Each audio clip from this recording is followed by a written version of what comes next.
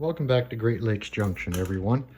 I've got a project coming up of an old table that I believe to be 200 years old, and I'd like to show you a few slides and ask for your input if anyone out there knows more about antique, and let me know what you think. So the first slide I've got is the table itself as it is before I touch it, and it's a Queen Anne style based on the legs, which was 1702 to 1742. These are mortise and tenon and peg joints in the legs. That's a corner of a drawer that has the same peg construction, no dovetail.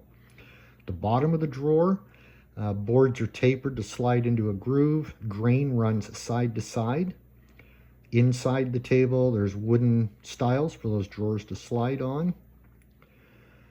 There's more of the pegs you can see in the corner there in that leg that are going through a tenon from the skirt board.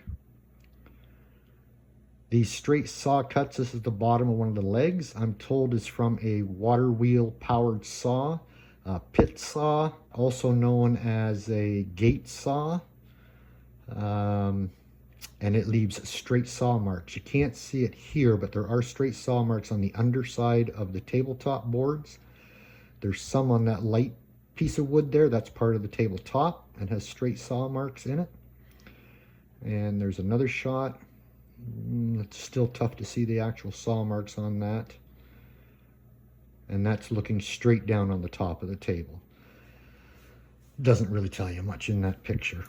So I'm hoping somebody can tell me some more about this. I was able to find the style of leg, I said, is Queen Anne style. The peg, mortise and tenon and peg construction was early 1700s. The straight saw marks, if I'm right, was pre-1850, at which time they started being replaced by more modern circular type saws. I'll make a reference in the description to some of the articles that I read where I dug up the information that I have.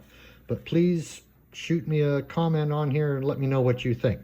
Thank you very much. And stay tuned for the video of repairing and refinishing this table.